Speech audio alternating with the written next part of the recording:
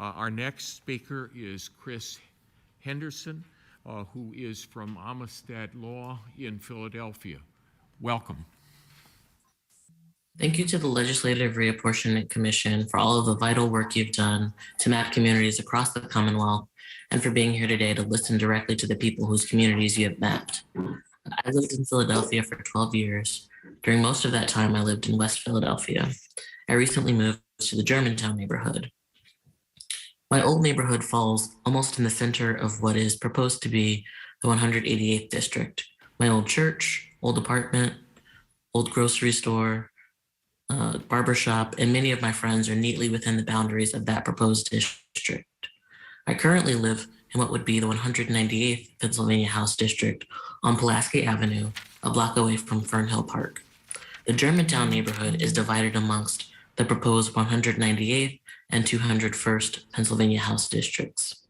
The two grocery stores where I shop, ShopRite on Fox Street and the IGA on Shelton, are both outside of the 198th district. I have many family friends in the area who live in what is proposed to be the 201st district. The Kynes live at Wayne and Queen Lane.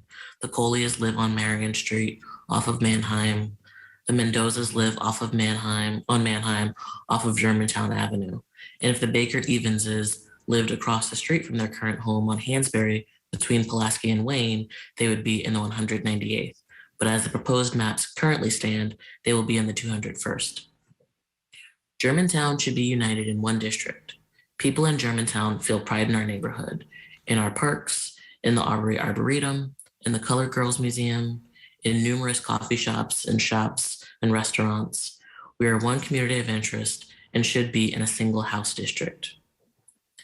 Pennsylvania needs fair maps that allow people across the Commonwealth to get the representation they deserve. Pennsylvania's population growth is being entirely driven by growth in the Black, Latinx, and AAPI communities. According to the 2020 census, communities of color now make up 27.5% of the total Commonwealth population, and this trend will only continue to grow. These maps must reflect the changing demographics of our Commonwealth and must create opportunities for historically undercounted communities. These maps must uphold the democratic ideal of one person, one vote. We want the voters to choose their representatives rather than parties choosing their voters. The LRC is on its way to creating more equitable maps than we've ever had. Overall, the House map is significantly better than the last one, and we are grateful the Commission has taken public input seriously. Still, there are small changes that would make the map even stronger. We call on you to make these minor changes based on public feedback. Thank you. Thank you very much. Are there any questions for the witness? Thank you. We really appreciate your interest and your contributions. Thank you.